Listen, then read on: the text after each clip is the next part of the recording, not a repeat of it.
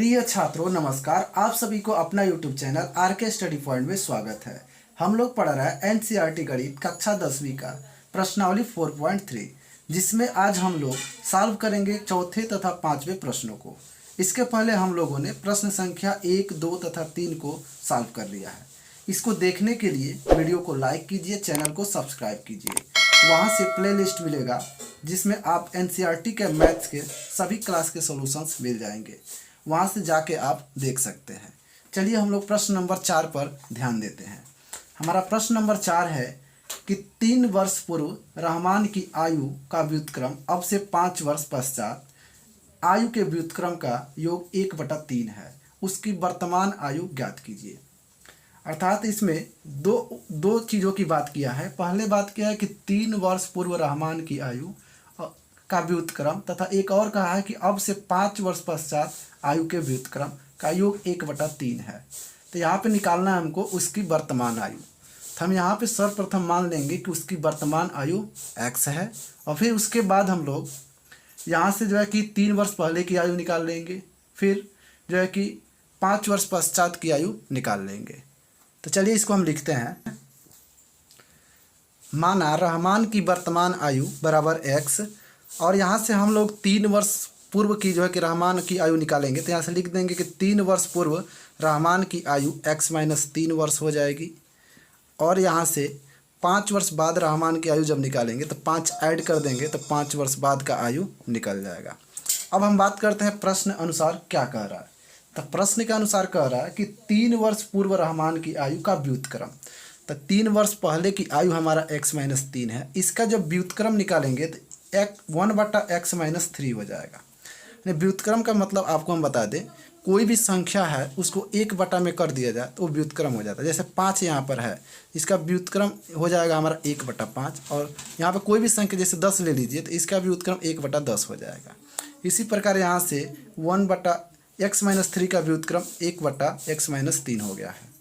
अब उसके बाद से कह रहा 5 वर्ष पश्चात आयु का व्युत्क्रम, यानी 5 वर्ष पश्चात की आयु यह है x + 5। तो इसका भी व्युत्क्रम हमारा हो जाएगा x + 5, और कह रहा है इसका योग 1/3 है। मतलब इस दोनों का योग 1/3 के बराबर है। यानी यहाँ से हमको एक समीकरण मिला है, इसको ही सॉल्व कर देंगे, और जब x का मान निकालेंगे तो यहाँ रहमान की वर्तमान आयु निकल जाएगी। तो हम इसको स्टार्ट करते हैं सॉल्व करना। तो इसका और इसका एलसीएम ले लेंगे हम, तो मिलेगा हमको x - 3 इंटू x + 5, और यहाँ से बटा। अब x - 3 से ये डिवाइड हो जाएगा, तो यहाँ x + 5 यहाँ 1 में मल्टीप्लाई होगा, तो मिलेगा x + 5 और प्लस यहाँ से यह हो जाएगा x - 3 और बराबर 1/3। अब इसको आगे की तरफ हम बढ़ाते हैं, तो यहाँ से x + 5 और यहाँ पे x - 3, यानी x और ये x हमारा हो जाएगा 2x, और यहाँ से 5 में से 3 घटेगा तो हमको मिलेगा +2। और ये जो नीचे वाला जो मल्टीपल के रूप में है इसको हम सॉल्व कर लेते हैं। तो जब इसको सॉल्व करेंगे तो x हो जाएगा, और यहाँ से हो जाएगा -3x, और इस 5 का x में मल्टीप्लाई होगा तो 5x हो जाएगा, और यहाँ से 5 × 3 = 15 यानी -15 हो जाएगा। फिर 1/3 है तो 1/3 लिख देंगे। अब इसका क्रॉस मल्टीप्लिकेशन हम कर देंगे, तो 3 का मल्टीप्लाई 2x + 2 में हो जाएगा, और इन सारी चीज़ों का मल्टीप्लाई 1 में हो जाएगा। तो करते हैं यहाँ से, तो ये मिलेगा 3 दूना 6x, और यहाँ से 3 दूना 6, यानी 6x + 6 और बराबर 1 से। चूँकि इसमें मल्टीप्लाई होगा तो कोई भी अंतर नहीं होगा, इसका मतलब जितना है उतना ही रहेगा। तो यहाँ से लिख देते हैं x² - 3x + 5x - 15। अब यहाँ से 3x और 5x को हम ऐड कर लेंगे, तो यहाँ से मिलेगा 6x + 6 = यह x²। और जब इसको माइनस प्लस चुकी है इसलिए यहाँ पे जो है कि घट जाएगा, यानी 5 में से 3 घटेगा तो मिलेगा +2x - 15। ये जो है कि 6x और ये जो 6 जो है लेफ्ट साइड में है, सबको राइट साइड में हम लेके चले जाते हैं। तो हम राइट वाला पद हम इधर लिखते हैं, तो मिलेगा हमको x² और प्लस यहाँ पे ऑलरेडी पहले से 2x है तो लिख देंगे 2x, और जब 6x को लेके जाएंगे जब राइट साइड में तो ये हो जाएगा -6x। अब -15 ऑलरेडी पहले से है तो -15 लिखेंगे। जब 6 को इधर लेके आएंगे तो ये -6 होगा। चूँकि यहाँ से सारी चीज़ें जो है कि हमने राइट साइड में भेज दिया है, पक्षांतर कर दिए हैं, तो यहाँ पे मिला है 0। इस 0 को हम इस साइड लिख देते हैं 0, कोई भी अंतर नहीं होगा। अब यहाँ से मिलेगा आपको x² प्लस, यहाँ से 6x में से 2x जब घटाएंगे तो हो जाएगा यहाँ पे -4x। तो यहाँ लिख देंगे -4x, और ये 15 और 6 जुड़ के हो जाएगा -21 बराबर 0। अब ये हो गया द्विघात समीकरण के रूप में। आप चाहें तो यहाँ पे आपको 3 विधि बताई गई है। पिछले वीडियो में हमने आप सभी को तीन विधि इसमें बताया गया, एक गुणनखंड विधि, एक द्विघाती सूत्र द्वारा, एक पूर्ण वर्ग बना करके। तो इसमें हम कोई भी विधि से सॉल्व कर सकते हैं। तो चलिए हम इस समय द्विघाती सूत्र पढ़ रहे हैं, इसलिए द्विघाती सूत्र का प्रयोग करते हैं।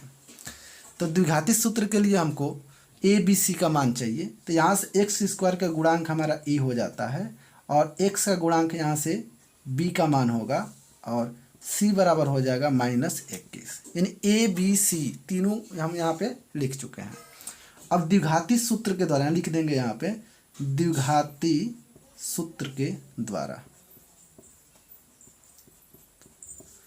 यहाँ द्विघाती सूत्र होता है जिसको हम श्रीधराचार्य नियम कहते हैं, -b plus minus b² -4ac बटा 2a। ये हमारा द्विघाती सूत्र है। इसको हम इधर सॉल्व करते हैं यहाँ पे। तो यहाँ पे x बराबर हमको रखना है -b के जगह पे, जो है कि इसमें से b का जो भी मान होगा उसको हम रख देंगे। तो यहाँ लिख देंगे x बराबर b के जगह पे, चूँकि -4 है तो इसलिए कि यहाँ पे लिखेंगे माइनस, ऑलरेडी सूत्र में माइनस है तो +4 हो जाएगा, अब प्लस माइनस b² -4ac। तब b के जगह पर -4 का वर्ग लिखेंगे, माइनस, अब 4 के जगह पे तो 4 रहेगा, a के जगह पे 1 हो जाएगा, यहाँ से मल्टीपल में लिख देते हैं, गुणे 1 गुणे c के जगह पे -21। ये हो गया 4ac। अब बटा 2a, तो 2 और a के जगह पे 1। तो हमने यहाँ पूरा मान रख दिया है। अब इसको हम सॉल्व कर लेंगे, हमारा आंसर आ जाएगा। यहाँ +4 है तो केवल 4 लिख सकते हैं, प्लस माइनस। अब इस अंडर रूट के अंदर को सॉल्व करते हैं। यहाँ 4 का वर्ग हमारा 16 हो जाएगा, और यहाँ से माइनस माइनस प्लस हो जाएगा, और 21 चौके यहाँ से हो जाएगा 84, और फिर बटा 2। ये 4 प्लस माइनस 16 और 84 जुड़ के हो जाएगा 8 6 4 10, यहाँ पे 8 1 9 1 10, यानी हमको यहाँ पे 100 मिला है, 100। 100 का वर्गमूल 10 होता है, तो लिख देंगे 4 ± 10 बटा 2, यानी x का मान हमको इतना प्राप्त हो गया है।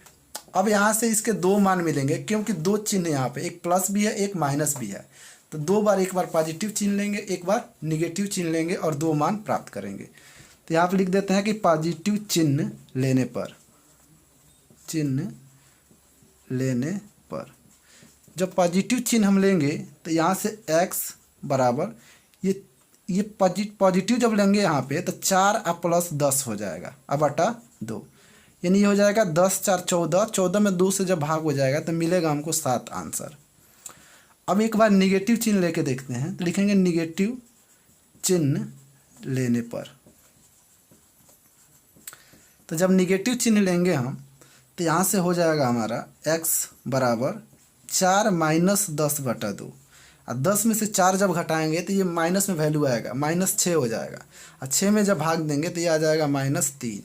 इसका मतलब कोई भी ये आयु जो हमारा निगेटिव में नहीं होगा, इसलिए ये अमान्य होगा, और हमारा राइट आंसर हो जाएगा 7, यानी रहमान की वर्तमान आयु 7 वर्ष थी। चलिए हम लोग बात करते हैं अब दूसरे प्रश्न की, अर्थात 5वें प्रश्न की। हमारा 5वां प्रश्न है, एक क्लास टेस्ट में शेफाली के गणित और अंग्रेजी में प्राप्त किए गए अंकों का योग 30 है। यदि उसको गणित में 2 अंक अधिक और अंग्रेजी में 3 अंक कम मिले तो उनके अंकों का गुणनफल 210 होता है। उसके द्वारा दोनों विषयों में प्राप्त किए गए अंक ज्ञात कीजिए। इस प्रश्न में 2 विषय है, एक गणित और दूसरा है अंग्रेजी। मतलब कुल टोटल जो है कि दो विषय है, गणित और अंग्रेजी, और दोनों के अंकों को मिलाने पे 30 अंक प्राप्त हो रहा है। इसका मतलब इसमें हम लोग मान लेंगे कि माना शेफाली के द्वारा गणित का अंक x, माना गणित का अंक जब x हो जाएगा, और चूंकि इस प्रश्न में कहा कि दोनों विषयों के अंकों का योगफल 30 है, तो आप यहाँ पे ध्यान दीजिए, जब एक का x हो जाएगा तो 30 में से अगर x घटा दें तो हमारा जो है कि यह निकल जाएगा कि अंग्रेजी में कितना अंक प्राप्त हुआ है। तो यहाँ से अंग्रेजी का अंक ऑटोमेटिक यहाँ से हम लिख सकते हैं कि 30 माइनस x। इसका मतलब गणित में जब x अंक प्राप्त किया जा रहा है तो अंग्रेजी का अंक 30 माइनस x हो जाएगा, क्योंकि दोनों का योगफल ही हमारा 30 दे रहा है। तो यहाँ से हमने जो है कि गणित का अंक और अंग्रेजी का अंक प्राप्त कर लिया है। अब आगे पढ़ते हैं इस प्रश्न में। तो कह रहा है यदि उसको गणित में 2 अंक अधिक और अंग्रेजी में 3 अंक कम मिले। इसका मतलब यह कह रहा है कि गणित में जब 2 अंक अधिक मिलेगा, जब गणित में 2 अंक अधिक मिलेगा तो गणित के अंक में 2 अंक जोड़ देंगे। फिर कह रहा है उसमें कि अंग्रेजी में 3 अंक कम मिलते हैं, यानी x 3 घटा देंगे, सॉरी यहाँ पे 30 माइनस एक्स करेंगे, क्योंकि अंग्रेजी का अंक 30 माइनस एक्स है, तो इसलिए लिखेंगे 30 माइनस एक्स। इस अंग्रेजी के अंक में से कह रहा 3 घटा दिया जाता है, मतलब 3 अंक कम कर दिया जाता है। तो इन दोनों का गुणनफल, ध्यान दें यहाँ से, यानी मैथ में जो है कि 2 अंक अधिक किया जा रहा है और अंग्रेजी के अंक में से 3 अंक कम किया जा रहा है, तो दोनों का गुणनफल हमारा 210 हो जाता है। यह कह रहा है प्रश्न, यानी प्रश्न के अनुसार यह बात हो रही है, इसलिए यहाँ पे लिख देंगे प्रश्नानुसार। अब यहाँ पे हमारा आधा काम हो चुका है। अब ये जो समीकरण बना हुआ है इसको सॉल्व करके हमें x का मान निकालना है। जब x का मान निकल जाएगा तो गणित में कितना अंक प्राप्त हुआ यह पता चल जाएगा। फिर यहाँ से 30 में से घटा देंगे तो यह पता चल जाएगा कि अंग्रेजी में कितना अंक प्राप्त हुआ है। तो इसके लिए हम इसको सॉल्व करना होगा। तो इसको सॉल्व करते हैं। तो सबसे पहले x + 2 को ऐसे ही लिखेंगे, क्योंकि इसके ब्रैकेट के अंदर अभी सॉल्व करना है। तो 30 में से जब 3 को घटाएंगे तो मिलेगा 27 माइनस x बराबर 210। फिर यहाँ से इस ब्रैकेट को तोड़ देते हैं। तब ब्रैकेट को जब तोड़ेंगे तो ये 27 से x में मल्टीप्लाई होगा तो मिलेगा 27x,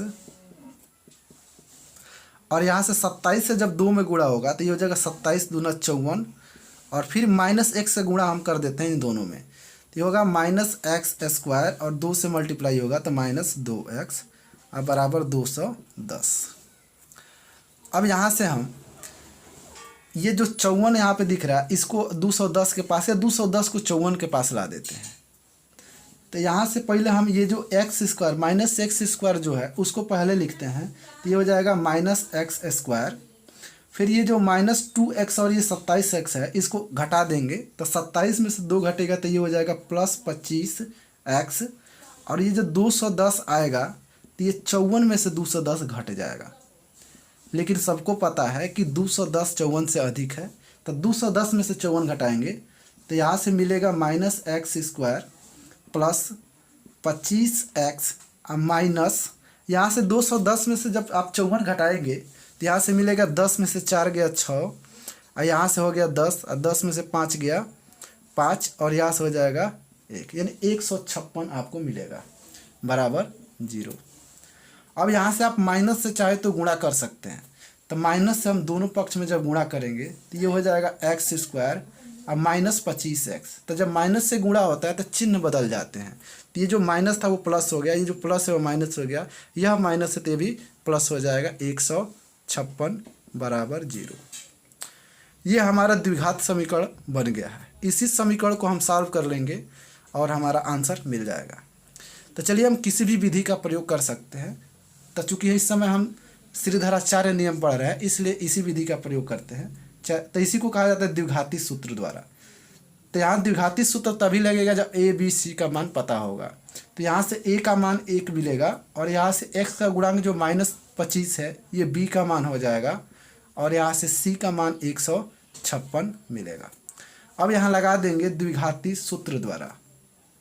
द्विघाती सूत्र से भी लिख सकते हैं, द्विघाती सूत्र से।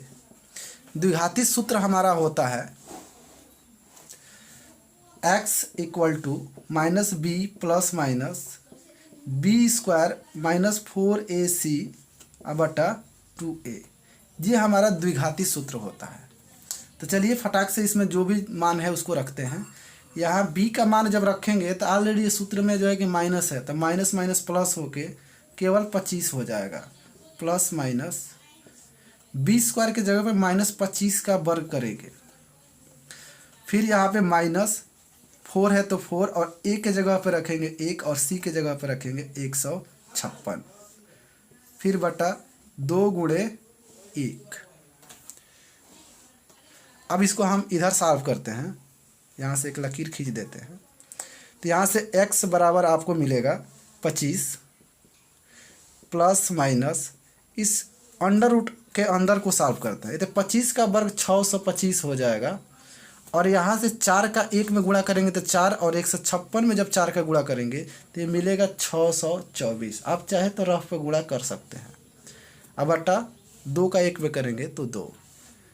अब यहाँ से हमको 25 आप प्लस माइनस 625 में से जब 624 घटाएंगे तो निश्चित रूप से 1 प्राप्त होगा।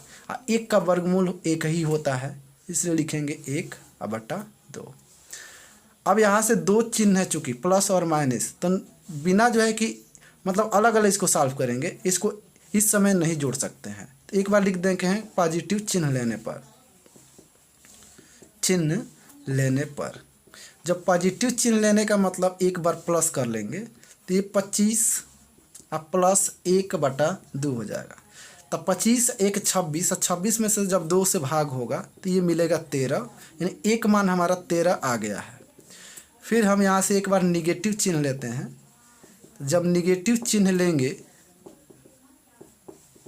तो यहाँ से मिलेगा आपको x बराबर 25 अब माइनस 1 बटा 2। अब 25 में से 1 घटाएंगे तो 24, और 24 में 2 से भाग होगा तो ये मिलेगा 12, यानी x के यहाँ पे 2 मान मिले हैं। इसका मतलब जो गणित में अंक प्राप्त हो रहा है, एक बार 13 एक बार 12, मतलब यहाँ पे 2 कंडीशंस होंगे। इसको हम आपको बता देते हैं, यहाँ पे लिख देंगे तब कि जब गणित का अंक बराबर 13, यहाँ से लैंग्वेज ध्यान से देखेंगे, लिखेंगे जब गणित का अंक बराबर 13 तो अंग्रेजी का अंक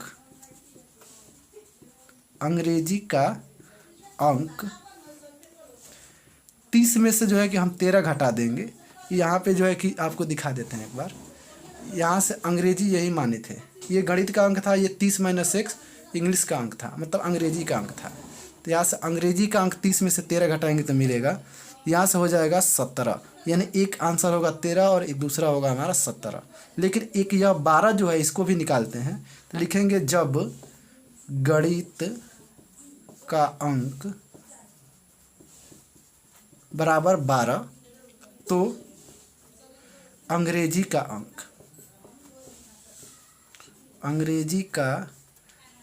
अंक बराबर 30 माइनस 12, और 30 में से जब 12 घटाएंगे तो हमको मिलेगा 18, यानी ये आंसर भी है और यह आंसर भी है। मतलब यहाँ पे जो है कि 4 आंसर मिले हैं। एक मिला है कि जब 13 गणित का अंक है तो 17 अंग्रेजी का अंक होगा, जब गणित का अंक 12 होगा तो अंग्रेजी का अंक 18 होगा। यही हम लोग का है रिक्वायर्ड सॉल्यूशन। तो इस वीडियो में हम लोग ने प्रश्न नंबर 4 और प्रश्न नंबर 5 को सॉल्व किया। अगर ये वीडियो में अगर आपको यह क्वेश्चन समझ में आया हो तो वीडियो को लाइक कीजिए, चैनल को सब्सक्राइब जरूर कीजिए। Thank you.